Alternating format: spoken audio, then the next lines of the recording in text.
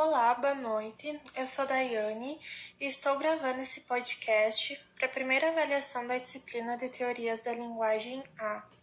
Bom, então fazendo uma análise geral das leituras e comentários da professora, quando nascemos, a maioria das coisas que conheceremos e que farão parte do nosso dia a dia já possuem um nome próprio.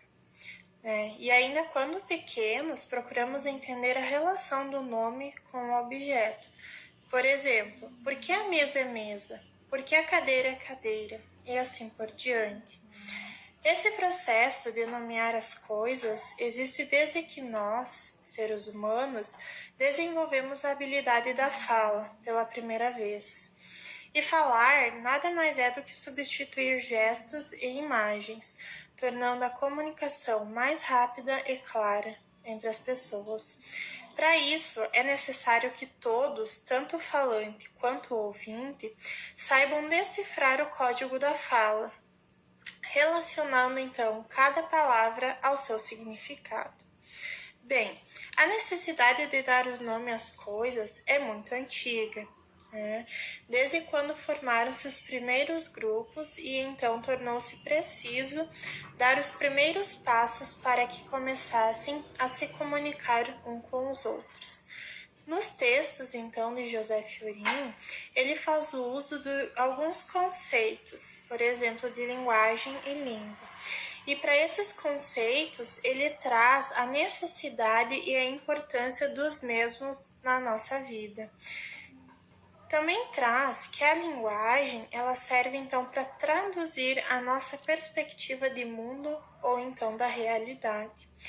Por meio da linguagem também, conseguimos expor o que estamos vivendo, sejam eles nossos sentimentos, nossos pensamentos, nossos sonhos, nossas vontades, e a partir dela, então, podemos compreender, que sem ela, nós não conseguimos nos conhecer e nem conhecer o mundo em que estamos. Aprendemos então muito sobre nós e também sobre as pessoas que estão à nossa volta.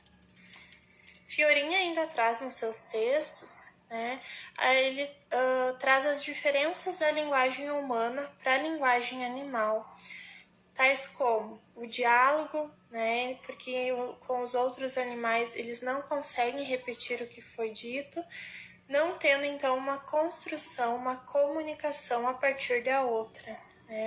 Eles apenas expressam o que está acontecendo naquele momento, naquela realidade.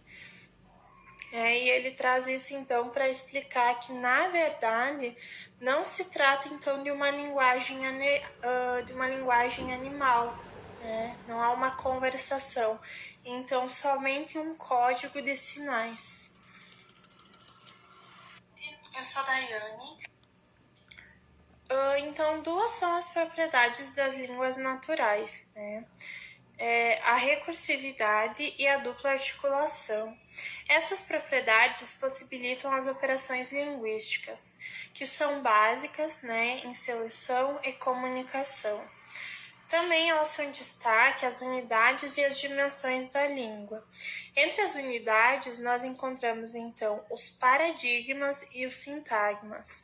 Nas dimensões, são identificadas, então, a diacrônica, que é a que faz, então, uma análise das mudanças sofridas pela língua, ao longo do tempo, ao longo dos anos, e a sincrônica, que ela estuda, então, a estrutura do sistema linguístico em um determinado período.